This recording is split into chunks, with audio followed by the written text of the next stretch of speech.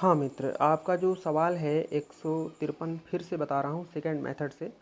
Question में भी variable है और ऑप्शन में भी वेरिएबल है, तो सॉल्व करने के बजाय अगर हम थीटा की वैल्यू रख के हम चेक करें तो ऐसी कोई वैल्यू इसमें रखें जिससे कि मान छोटा हो जाए।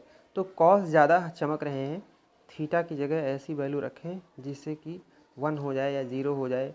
ठीक है, तो 0 तो ज़्यादा खतरनाक रहेगा। थीटा की जगह थीटा की जगह अगर हम 0 रख लेते हैं तो ये आपका 1 हो जाएगा कास 0 1, ये आपका कास 501 2 × 2 और ये 1 हो जाएगा। टोटल जोड़ के 4 आएगा और इसमें भी 4 आएगा। ठीक है, 4/4 बराबर 1 आ जाएगा।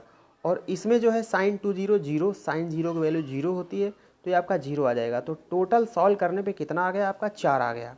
ठीक है, ये ओवरऑल आप लगा सकते हैं, इसमें पेन उठाने की ज़रूरत नहीं है। इसी तरह ऑप्शन में भी ओरल आप रख सकते हैं अगर आपको वैल्यू याद है। तो cos 2 0, cos 2 × 0, cos 0 की वैल्यू क्या आती है? 1 आती है। ठीक है, तो आपका क्वेश्चन में भी 4/4 बराबर 1 आया था। ठीक है, ये कितना आया था? 4 आया था, 4 आया था, ये 4 आया था, तो बराबर कितना आया था? 1 आया था। तो इसमें भी आपका cos 2 × 0 क्या आ जाएगा? 1 आ जाएगा। बाकी किसी में भी 1 नहीं आएगा, 0 आएगा। तो आपका ये सवाल इस तरह से भी लग सकता है। अब आते हैं क्वेश्चन नंबर 155 में। 155 में आप जो है इसमें भी अगर आप 0 लगा के चेक करें तो साइन 90+2a दिया है। a की जगह अगर आप 0 रखते हैं तो 0 रखते हैं तो ये 0 हो जाएगा।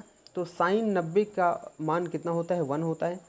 1 × 4 माइनस आगे कास स्क्वायर 90-2a दिया है। a की जगह 0 रखेंगे तो 0 हो जाएगा। तो कास स्क्वायर 90 बचेगा। कास 90 की वैल्यू 0 होती है, तो कास स्क्वायर 90 की वैल्यू भी 0 होगी। तो 4 केवल बचेगा। तो 1 × 4 मतलब पूरे क्वेश्चन का जो आंसर आया है वैल्यू रखने पर वो 4 आया है। अब ABCD में ऑप्शन में देखिए कि 4 किस में है? 4 C और D में है। ठीक है, A B कट गया, C और D में कोई आंसर है। तो अब इसमें कैसे चेक करेंगे? चलिए, अब A की जगह अगर हम क्वेश्चन में 45 रखते हैं, क्योंकि भाई 2 ऑप्शन आ गए, तो अब हम 45 रख लेते हैं। तो अगर दूसरे मेथड से लगाते हैं तो A की जगह अगर हम 45 रखते हैं तो 45 दूना हो गया 90, साइन 90 + 90 कितना हो गया? 180। साइन 180 की वैल्यू 0 होती है। आप इसको तोड़ कर भी लगा सकते हैं, अगर तोड़ना नहीं आता है तो मैं अगले पार्ट में आपको बता दूंगा।